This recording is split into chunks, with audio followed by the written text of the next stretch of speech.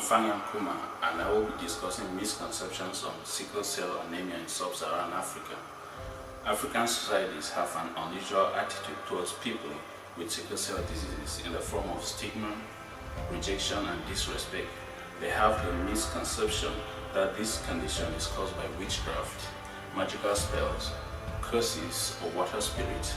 However, this is not the case.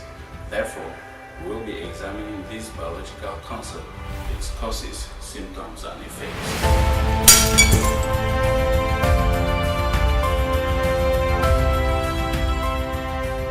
What is sickle cell anemia? It is a genetically inherited disease affecting your blood. The body produces an abnormal hemoglobin called hemoglobin S, and healthy red blood cells are transformed to sickle-shaped cells that blocks off blood flow to other parts of the body. It causes abnormal pain, joint pains, and death of body tissues due to lack of oxygen. What causes this mutation? It begins with the synthesis of hemoglobin S, which are chromosomes in the nucleus. The 11th chromosome is altered and there is a mutation of the beta genes creating the hemoglobin S. When S cells are reduced, they stick together, thereby blocking off blood vessels. How is it inherited?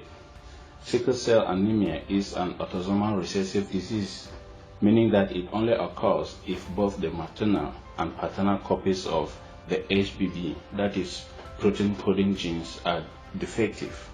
In other words, if an individual receives just one copy of the defective HBB gene, either from their mother or their father, they do not have sickle cell anemia, but have what is called sickle cell trait.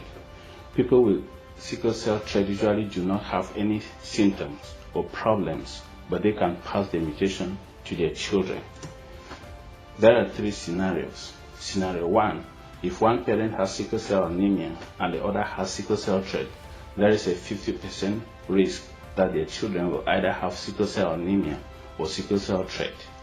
Scenario 2, if both parents have sickle cell trait, then there is a 25% risk of the child having sickle cell anemia and a 50% risk of them having sickle cell trait, and 25% chance that the child will not inherit either copy of the mutated gene.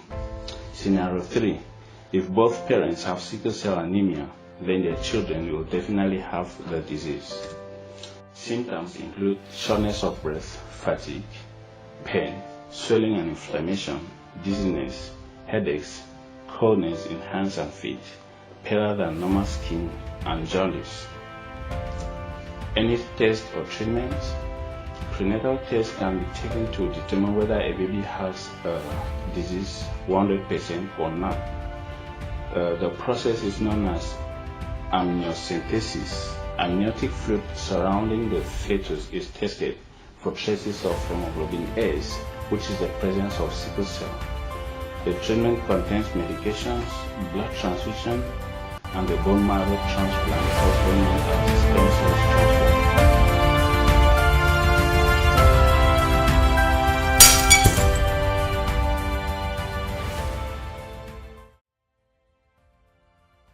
From the discussion, one can see that sickle cell anemia is not witchcraft as most African societies think.